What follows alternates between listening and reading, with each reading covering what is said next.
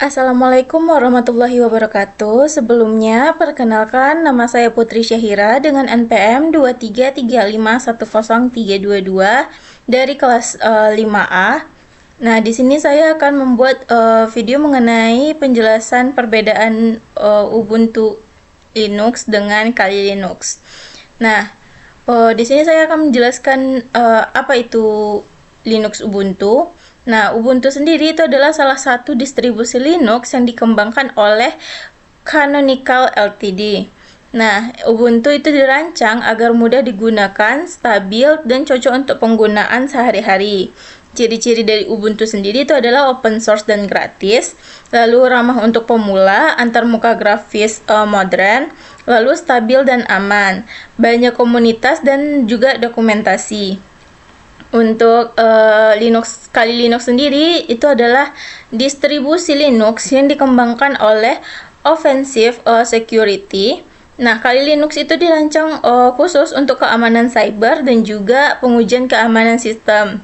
Ciri-ciri dari Kali Linux sendiri itu adalah open source dan gratis, berisi ratusan tools keamanan, lalu fokus pada penetration testing, digunakan oleh profesional keamanan, dan membutuhkan pemahaman Linux yang baik. Nah, untuk perbedaan Ubuntu dan Linux itu ada beberapa aspek.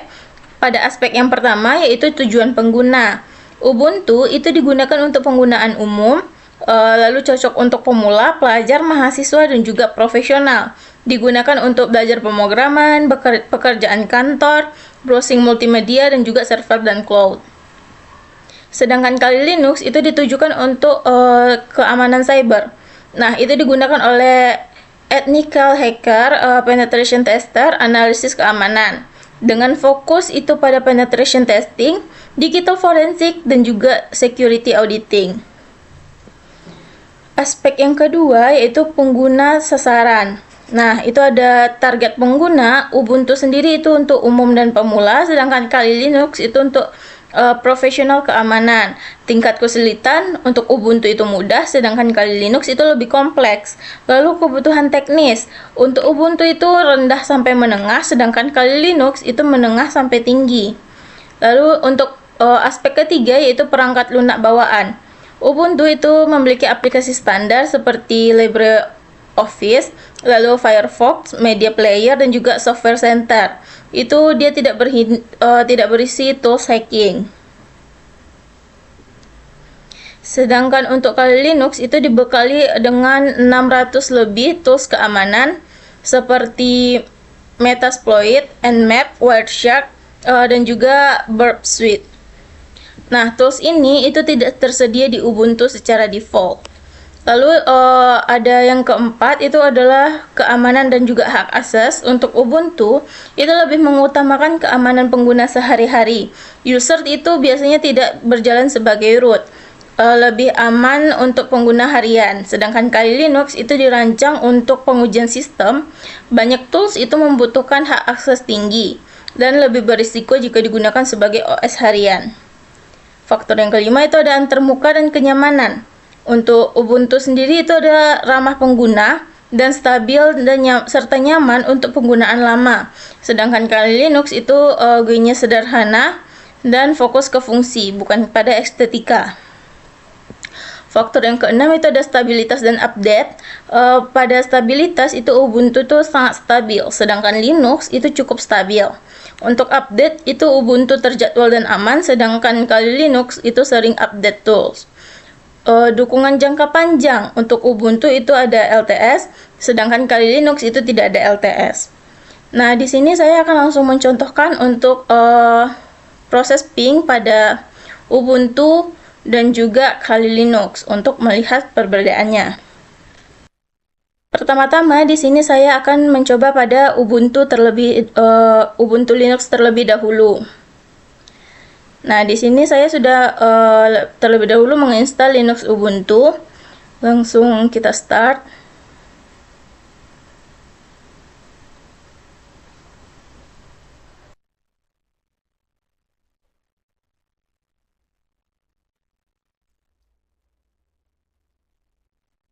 Nah, di sini kita akan langsung masuk menggunakan username dan password.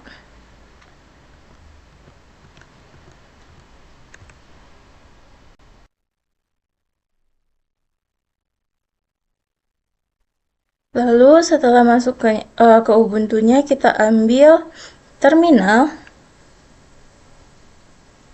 Nah, di sini untuk proses ping itu kita membutuhkan IP address dari Windows kita. Nah, di sini kita akan buka command prompt atau CMD. Kita langsung ketik di sini CMD. Lalu di sini kita ketik ipconfig untuk melihat IP address-nya. Nah, di sini kita sudah mendapatkan IP address kita yaitu 10.234.198.10. Langsung kita coba ping di sini dengan IP tadi yaitu 10.234.198.10. Nah, di sini ping menggunakan IP Windows kita itu berhasil. Nah, dengan output seperti ini. Lalu di sini kita akan menggunakan Ctrl C untuk keluar.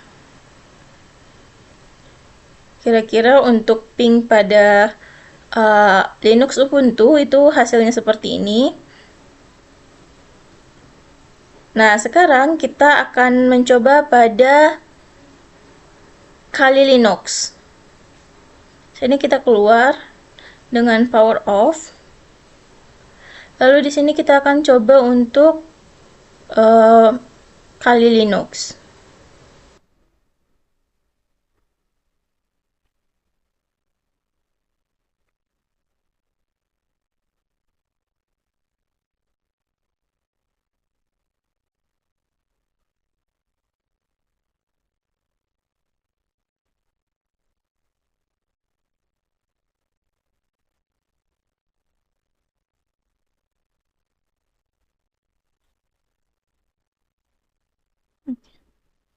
Nah, di sini kita akan setelah Kali Linux-nya terbuka, kita akan masuk menggunakan username dan password.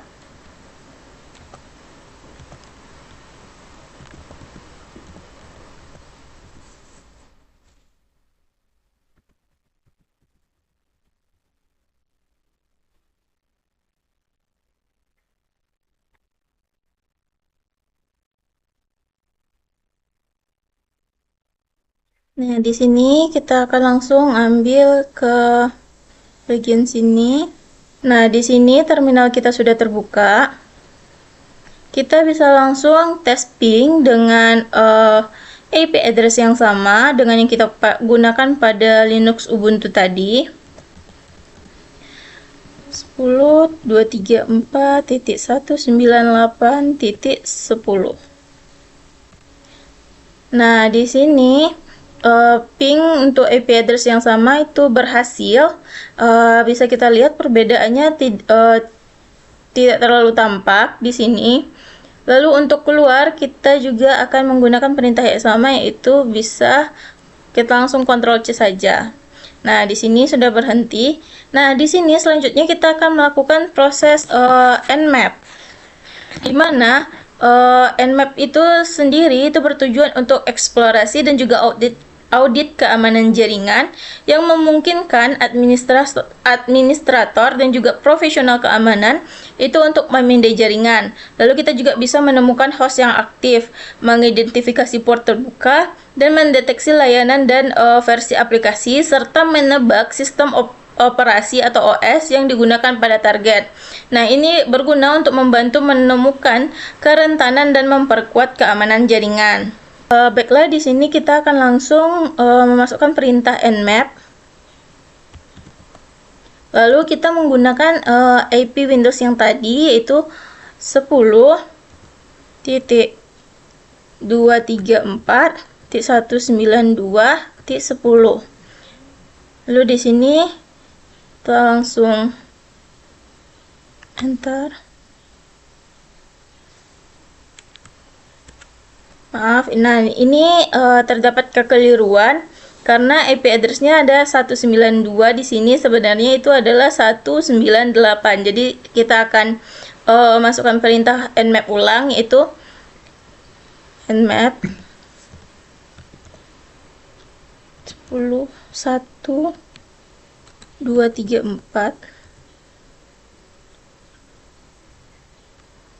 198.10. Nah, di sini kita akan langsung. Nah, baiklah, di sini terdapat kesalahan lagi. Di sini saya lupa memberi spasi.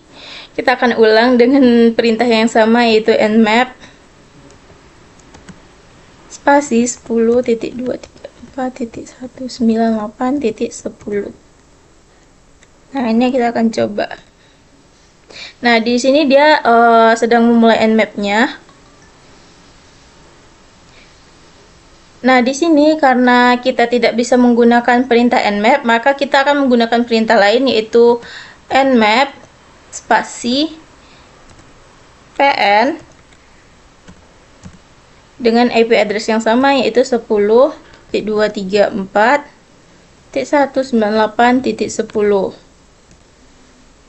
Nah, di sini dia starting nmap-nya. Setelah kita lakukan nmap min pn, nah di sini kita bisa melihat beberapa port terbuka. Yaitu di sini ada total 3 port yang terbuka. Nah, di sini berarti kita nmap-nya berhasil. Nah, di sini sebelum kita melakukan nmap itu kita sudah harus pastikan bahwa firewall kita sudah kita matikan. Nah, di sini sebelumnya tuh saya sudah mematikan firewall saya.